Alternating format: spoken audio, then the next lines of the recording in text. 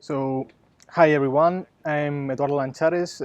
Today I will talk you about what is React Virtualize. React Virtualize is a library that implements the virtual rendering technique. So today we will see what virtual rendering is, how it internally works, and how we can use it in our React projects to improve performance. So let's start. But first, I want to tell you a bit about a story about Red Bull Gantt. Everybody knows what a Gantt chart is? Yeah. Okay, so I'll skip the explanation. So this is the new Red Bull Gantt. This was a project that we started at the beginning of the year. And well, the main goal was to bring Gantt back to life to the Red Bull platform because some users were requesting it, and well, we think was a great opportunity. So we start implementing a Gantt prototype. We were picking all that features that we thought was more important for the MVP project. Sorry, for the minimal viable product. Well, we started implementing, we started building it, and we really got really good results with this. But we tried some demos and everything was working good.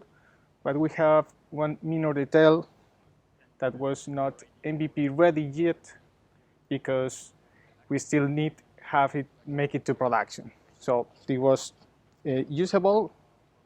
Can you hear me? Everyone, can you hear me right? Yeah? Okay. I will continue. It's yeah. It's like it's homemade.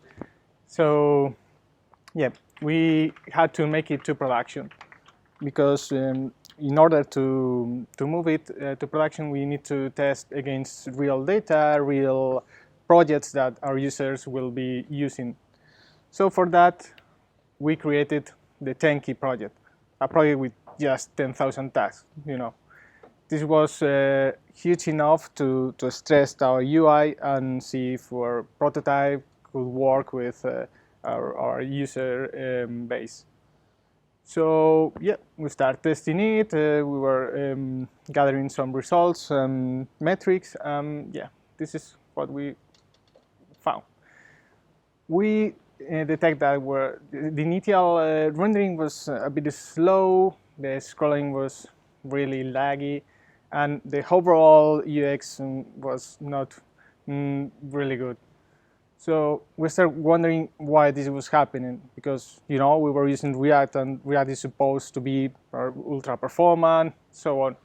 So yeah, we investigated, we used the React performance tools and see what was happening here. And we found these culprits. The first one, we were not using a proper implementation for should component update. So here, if you are using the default one, which is just re-render everything, as you may know, you're just wasting time not changing the DOM at all. So this was one of the culprits. We found and fixed it, and yeah, okay. We noticed a bit of improvement, but it was not fair enough. The second culprit was Redux. We were using Redux for manage our application state, and the thing is that we use it we were rendering too many components in the application, and every component was connected to the store. So that was causing performance issues because, for instance, when highlighting a Gantt row, this highlighting was really slow, really laggy, and that's because we weren't using a proper implementation for map state to props. So we found that, we fixed it, done. And the third culprit was the DOM. Again, we were rendering so many stuff that the scroll was ultra laggy, it was not usable at all, and that's because the browser was trying to lay out all those DOM and doing its job, but it hasn't time enough to complete in a decent amount of time. So here we have a situation. In one side, we needed to render all that nodes, so the user could scroll or go to the area of the chart they want. And on the other side was that we couldn't allow to render that amount of elements. So it was a problem. And we were questioning how we could display so large amount of data in a reasonable amount of time without freezing the UI and with crashing the browser. So here we start investigating what were others were doing and how if there was a solution to this problem, and also checking on other platforms like mobile, because mobile platform had facing this a long time ago. Yeah, we found this virtual rendering. Yeah, virtual rendering is, if we can sum up in a higher concept, is just a matter of render only visible stuff. But in order to take a better perception of why this is so, the impact of using this, I want to show you an example. So this is an example of rendering 20,000 divs in a non-virtualized version, which is just a classic React example, versus the virtualized one. So here we can see that in the not virtualized example, the overall time of the rendering, of the initial rendering, was around 2 seconds. If we compare with the virtualized version, we see that was just 500 milliseconds, which is more or less 4 times faster. But the important thing I want you to notice here is this, where the time has been spent. So in the non-virtualized example, we can see that 700 milliseconds has been spent in rendering versus the virtualized version, which is only just 2 milliseconds. So what's going on? What's happening? Sorry? What scripting? The scripting? Yeah, scripting. This is the second part. What is that? Yeah, I think it's the loading of all the examples and the libraries. Okay. Yeah, I will show you a real example, so we will see it. So in order to get more understanding of what's going on, I want you to show these real examples. So this is a non-virtualized, and I have the virtualized one. I want to first show you how is the scroll performing when we render, or we try to render 20,000 divs. So here we have the frame rate indicator, and I will start scrolling. Well, you can see it feels a bit laggy. Yeah, I stop scrolling. Wait, I will do it again. Yeah. So here we can see that we barely hit the 22 frames per second, which is not really good user experience. If we compare with the virtualized version, we can see that we're hitting 60 frames per second.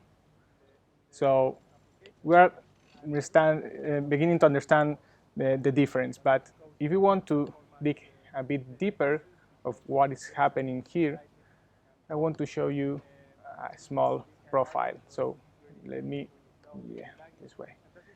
I will profile this example. I will scroll. Yeah, okay, stop. So you can see here this great purple mountain, that what it's telling us is that the browser is spending most of the time just rendering things. It's using the layout phase of the rendering of a frame. So we can see here that the number of milliseconds we spent in the frame is really high. It's just marking as a long frame. But if we compare with the virtualized version, I will show you. I'll repeat the same example. Okay, scroll, yeah, enough. Okay, so we can see that well, I can. Here, almost every frame is rendering in just 16 milliseconds, which is the recommended time to perform some rendering and to take and to hit the 60 frames per second ratio. So we can see here that well, some time has been spent in JavaScript, but the important thing to notice here is that the update layer 3 was really low. It's not even a millisecond. So, continuing with the talk, this was just to take more understanding of what's happening under the hood. So if we go a bit deeper of how this virtual rendering technique works, we can just sum up into main parts.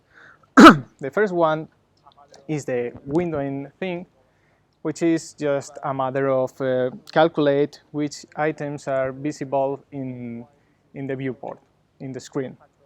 So we can see that here we have 5 items and only 3 and 4 are partially visible, and this is the area that will be our viewport. So this is just to grab an idea of windowing. No, we're not going deeper on implementing this because it will be another talk itself. And the positioning one is just how we calculate and we will positioning that items in the scroll on the whole container. So this is an approach that React Virtualize takes. That is to create these outer and inner divs. The outer will be our viewport. The inner is just the container that will take the full width and height of our items. And what we're doing is wrapping each item we want to show into another div and positioning that absolutely. So here where we scroll the container, we are adjusting these coordinates and to mimic the same effect of behavior we have with a native scroll. So this is more or less what it works. So if you want to make it by yourselves, I will recommend you not to do it because, yeah, in React, it's already done. This is the React Virtualize is the library we will see, and it's the one library that implements this technique. There are other ones, but I want to focus on this because this is actively maintained. You can use tabular and scattered layouts, and well, the important thing to notice here is that you use absolute positioning to perform all this positioning of items. So let's start seeing some components that this library provides. The first one is the grid, which is really good if we want some kind of, we have some tabular data, we want to create some spreadsheet, and you can see an example here. We can use dynamic row or dynamic width. You can see the columns are, every column is a different width. And well, if you're using things, implementing spreadsheets, things like that, it's the component to start with. The next one is the virtual scroll, which is just a list. It uses a grid and only use one column, so this is how it's implemented. And you can see that here the height of the row is also dynamic. And we can use, the library has support to implement infinite loading, like we can see on Twitter or Facebook websites. The next one is the flex table. This is similar to the grid, but this one implements a built-in header, and we can add things like sortable columns. So we can see that if we click on a column, we are ordering the items. So if we want this kind of behavior, this is a already built component, and also extends the grid. And the last one is the collection. This one It's a component that allows us to lay out the components in whatever way we want. So for instance, in Red Bull GAN, we use this component to create the grid of the rows, dependencies, and columns that we use. So this is the component that is flexible, allows us to do these kind of things because we have items overlapping between each other, and with a tabular layout like the grid, it couldn't be possible. And one important thing to notice here is that at differently of the grid, that it just use some improvements for the initial calculation of the cells. This one needs to first iterate over all your items just to grab the maximum width and the maximum height, so it can just detect all the items and how they are positioning. And this is some utility components this library provides. I will mention just a part of that, which is the auto sizer, that is useful when we want our component to resize. Let's say we have a component and we want to expand to the whole window, and when we resize that window, we want our component to resize it too. So this is a component we will use. It's just a wrapper to our component, and it's done. We don't have to do anything special.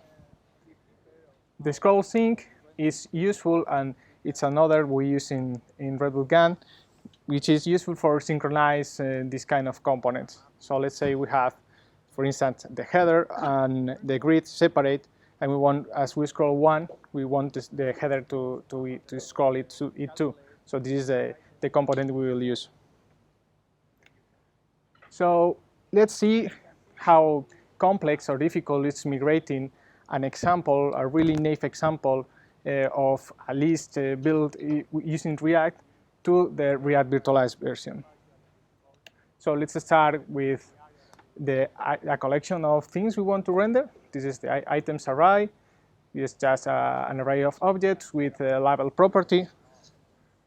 And this is the naive React approach. So what we are doing here is taking those items, mapping that to this render function that what we'll do is just taking the item and extract the label and create a div component.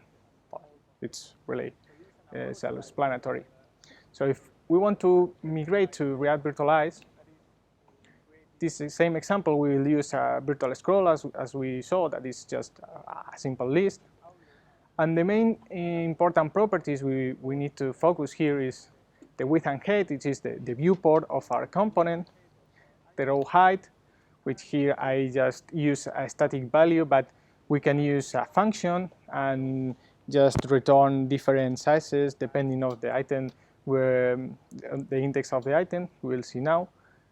The row count that we are grabbing from the length of the items, and the row render, which is the same as the same function we were using in the map iterator we saw before. But the main thing to notice here is that instead of the plain object, or we are receiving an index, and for access to that item, we have to get these items array and get the item at that position. So because React Virtualize doesn't know nothing about our internal structure of our array, it just knows about indexes and it's that's what just provides. So in order to replicate the same behavior, we will need to use the index, extract the item, and well, it's repeating the same thing. So let's see now some real examples or other libraries and components that are using this library. The first one is the infinite calendar. It uses a virtual scroll component to render the months. It implements the infinite scrolling. So you can go to the month you want, just scrolling. And well, it has some smooth animations. Next one is a sortable list. We also use virtual scroll. And the main thing to notice here is that it integrates drag and drop support, and it's we can use it in touch devices. So we can use it on our mobile phones.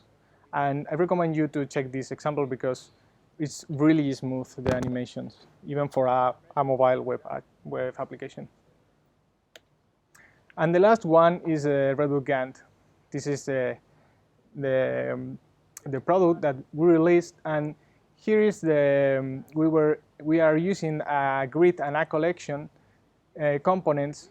The grid we are using for this header for the months and the days, and the collection is used, as I already told, for rendering tasks and columns and dependencies.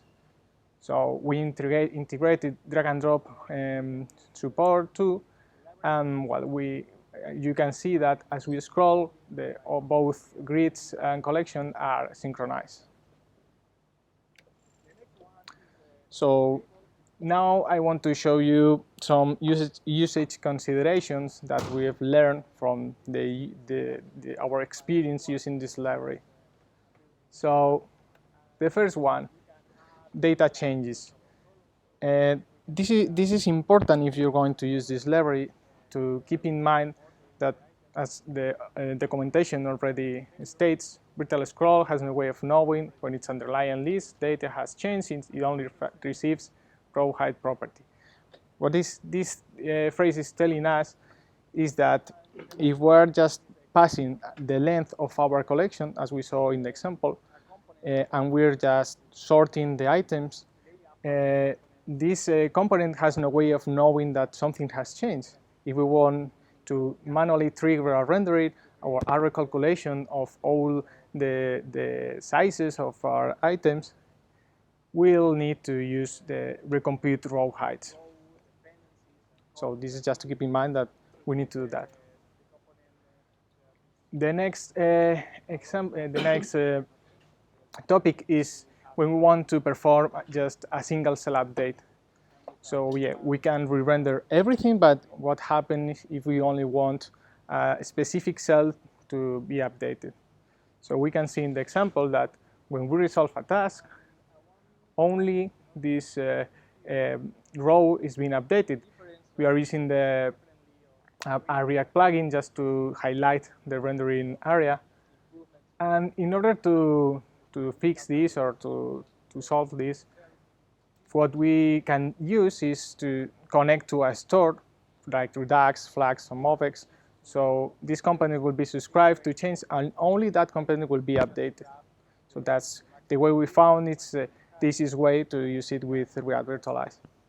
And also, this is important too, that the state is not preserved in the component, because every time we scroll, the library will be calculating or recreating a new component every time. So if we set some internal state, we scroll to an area, we go back, the state is lost. So another interesting thing is the usage of a custom cell layout. Let's say we are somehow building a spreadsheet like project, and we want to render cells and put some overlay between them just to make them not clickable or whatever, or just a loading thing like in the image. So the examples we have seen so far just renders one cell. You have control to only one cell. But React Virtualize also supports the cell range render. So instead of just one cell, we are passing an array of indexes, of rows and columns, and it's up to us to lay out however we want. And the last thing is scroll flickering. So I don't know if we can appreciate in the image. Sometimes a yellow area will appear. Yeah, this scroll flickering is because in this example we're using the small cells, and React Virtualize doesn't have enough time to perform the rendering of the next row. So in order to overcome this, we can use the overscan option, that will render the amount of cells we set ahead and will place in the top and the bottom, or if we are using the grid, at the both sides. The last section is just if you are interested in this library, just to getting started. These are the steps I recommend you to check. So go to the demo website. We has really nice demos, so you can check the performance or all the components that it can offer. Also clone the repo. I check the example source code, which is really good. And if you have any doubt, you can chat with the author on Jitter, because he's a really helpful guy. Really, he really worries about all the community around the library. Well, that's all.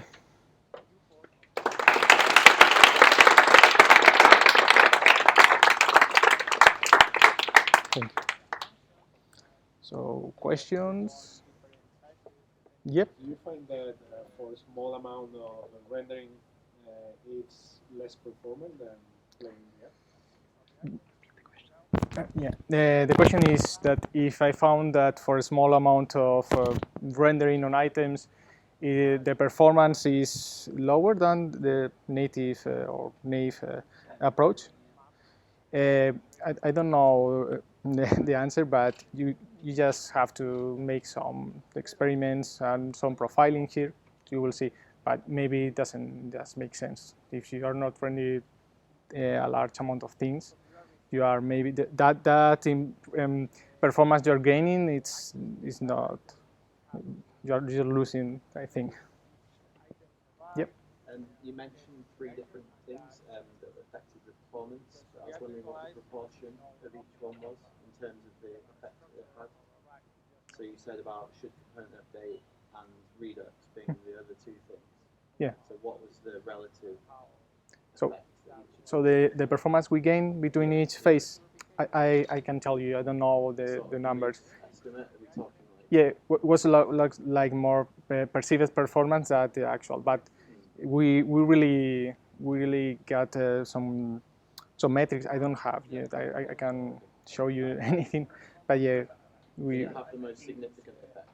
Yeah. I think it's related to the previous question. So in our case, it's the work necessary. If you want to render 10,000 tasks, either you don't render all of them or it's going to be slow. Because if you're like 10,000 by very little, it's still a lot. So if you're optimizing for a worst case scenario, that's where virtualize is. If you only expect, I don't know, 100 components to be rendered, maybe it's not needed. Yeah. Maybe the overhead is not that much, but in our case, it was because n was so large that that was the only way to actually make it useful. Mm-hmm. Yeah. Any more? Yeah. Really have problems in Redux? You have your sort of like, I mean, I know it's a big state tree, but did you notice? Yeah. The thing with Redux was the implementation of map state props. What's the main point? So we were just returning a plain object, and we found that we can use fabric functions. So the thing was that this was some kind memoizing the state. So we're not retriggering updates and calculating things. So that speed up a lot the highlighting process. Anyone? Questions? Which is the best strategy to choose the overhead scan properly? I mean, Yeah. some computer could be 10, Yeah. And another one could be 100. You know, Yeah. It depends on the performance of each computer.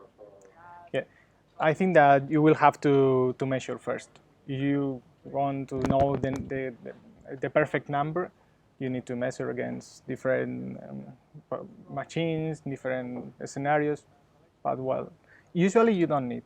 By default, it's set to 10, and usually you don't see scroll flickering. But sometimes, if you're trying to render in too much stuff and your render function takes a bit longer, you usually see that. And for the collection component, it's a bit even trickier because collection just what it does is just create sections of the grid. So you can set the size of that section.